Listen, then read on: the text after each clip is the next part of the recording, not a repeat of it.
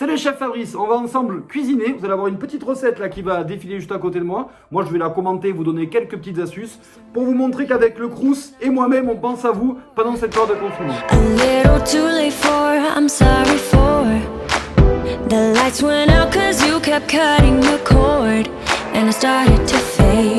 Allez, on lance la recette. Là vous avez d'abord le visuel. Ah, ça donne envie, vous allez voir, c'est gourmand, hein, c'est gourmand. Hop. Ben déjà vous pouvez remarquer que ce ne sont pas mes mains, j'ai pas encore mis le petit vernis à ongles. Donc première étape, on va la faire avec du poulet, nous. Hop, donc vous allez le couper au milieu, très facile comme ça. Ceux qui n'ont pas de couteau qui coupent, ça va bien se passer, le poulet c'est pas compliqué. Vous le coupez, vous l'étalez, hop là, étalez. Le poulet il est comme ça, il est étalé en deux. Attends, elle est en train d'y taper là. On y met par-dessus un petit papier film.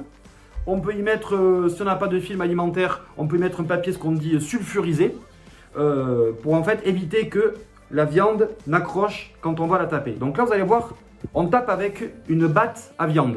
J'imagine bien qu'à la maison, vous n'avez pas de batte à viande. Et si vous en avez d'ailleurs, c'est très très bizarre. Ça veut dire que vous faites des trucs un peu bizarres.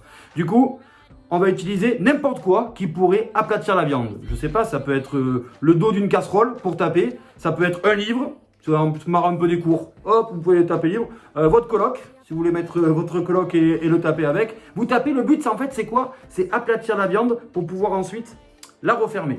Donc c'est bon, on a aplati, ça c'est fait.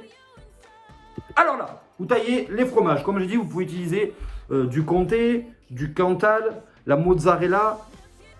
La base quand même, rappelons-le, la recette officielle, c'est l'emmental quand même. Et on pourrait même carrément enlever le bacon, le jambon et y mettre à l'intérieur une petite tapenade d'olive par exemple, un pesto au basilic, ça c'est pas mal. Ensuite, hop, fromage à l'intérieur, hop, je mets mon fromage tranquille. On passe maintenant à, on appelle ça pané à l'anglaise. Donc pané à l'anglaise, c'est une vieille technique culinaire français. En fait, on va emprisonner donc notre viande avec une chapelure. Pour ça, première chose, il y a 3 étapes. Tac, tac, tac. La première, c'est la farine, ensuite c'est les œufs et ensuite c'est la chapelure. Je vais vous expliquer pourquoi. Un petit bol de farine, la farine, on va la mettre sur la viande. On va tapoter pour enlever l'excédent de farine. Le but de mettre de la farine, c'est pour l'œuf qui est juste après. On le met dans l'œuf. L'œuf va coller sur la farine. Alors, la cuisson. La cuisson, si vous partez... Alors déjà, la cuisson, c'est dans une poêle avec un peu de matière grasse. Vous pouvez faire un mélange de beurre et d'huile. C'est très important de ne pas partir trop chaud. Parce que si vous partez trop chaud, qu'est-ce qui va se passer? La panure, elle, va colorer, mais le beurre ne va pas fondre à l'intérieur. Donc, une fois que votre petit morceau de beurre est fondu et devient mousseux dans votre poêle, c'est à ce moment-là que vous mettez le cordon bleu. Comme ça, il va monter gentiment en température. Il faut compter au moins 10 à 15 minutes de cuisson. Et le fromage sera super bien fondu à l'intérieur. Et la panure sera croustillante.